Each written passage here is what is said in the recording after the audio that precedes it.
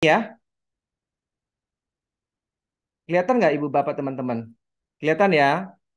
Saya harus menjelaskannya dengan pelan-pelan dan semoga Ibu Bapak dan teman-teman dapat mengerti dengan baik.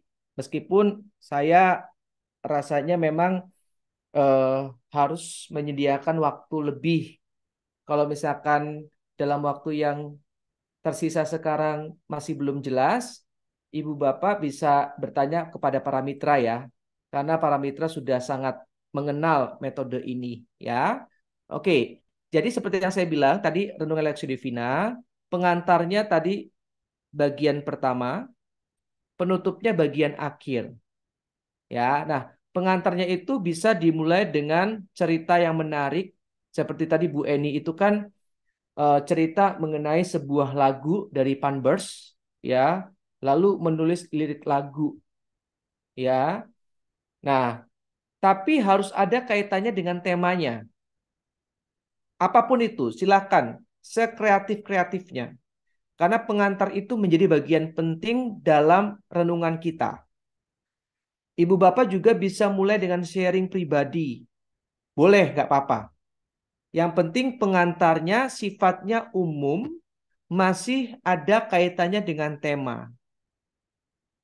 Ya, oke. Lalu yang kedua, ini juga penting.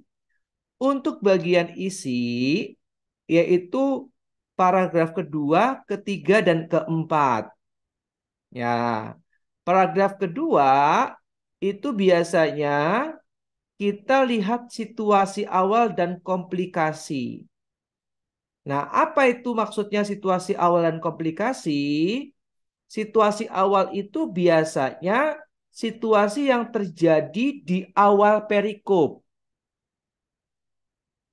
Ya, saya tidak bisa menjelaskan lebih detail karena waktu yang disediakan terbatas, tapi nanti bisa ditanyakan ke para mitra.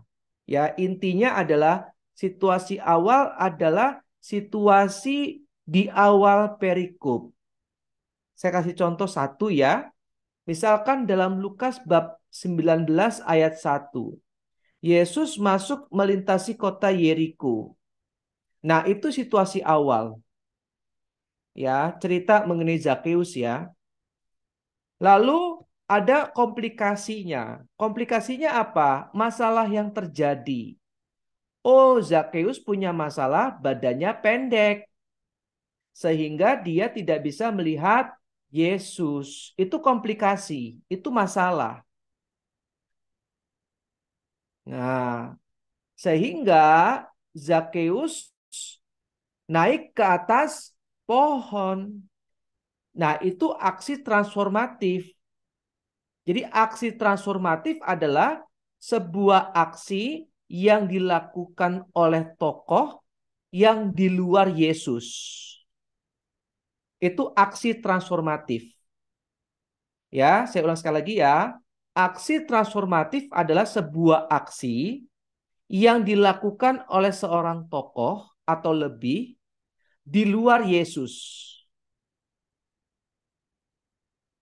Nah, kalau komplikasi adalah masalahnya.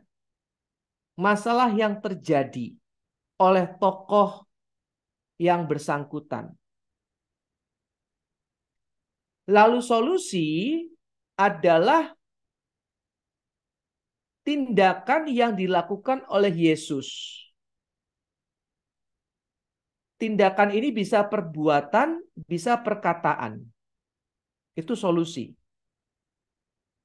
Nah, solusinya apa? Solusinya adalah Yesus meminta Zakeus untuk turun.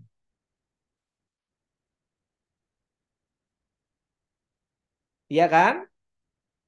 Karena malam ini Yesus mau menumpang di rumah Zakeus. Nah, situasi akhirnya apa? Situasi akhirnya Zakeus bertobat dan diselamatkan. Ayat terakhir tuh. Hari ini telah terjadi keselamatan karena orang ini pun anak Abraham. Itu situasi akhir. Nah, dari 5 langkah ini silakan dirangkai sesuai dengan tema yang mau kita angkat. Lalu untuk langkah-langkah konkret itu dapat diambil dari aksi transformatif. Misalkan temanya mengenai mencintai Allah. Ibu bapak dan teman-teman, kita seringkali mengalami banyak masalah dalam mencintai Allah. Contoh saya memiliki kelemahan yaitu soal waktu. Saya sulit menemukan waktu yang pas untuk berdoa. Nah, itu masalah, itu komplikasi. Tetapi saya tidak mau menyerah dengan keterbatasan dan kelemahan saya. Saya mau seperti Zakeus. Meskipun ia pendek, ia berani memanjat pohon. Saya juga, meskipun saya sibuk, saya harus berani menemukan waktu untuk bisa berdoa. Karena tanpa berdoa, tidak mungkin saya dapat mencintai Allah.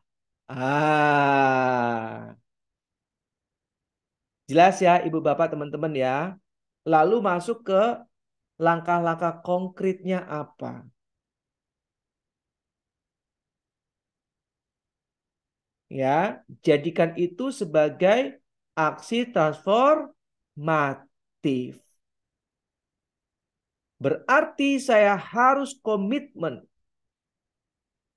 Setiap jam 6 pagi sebelum beraktivitas, saat membuka mata, saya tidak pegang HP. Yang saya pegang Alkitab. Atau Rosario. Nah, itu aksi transformatif. Setiap jam 12 siang saya pasang alarm, saya berdoa malaikat Tuhan. Nah, itu aksi transformatif. Setiap jam 3 sore saya pasang alarm untuk berdoa kerahiman ilahi.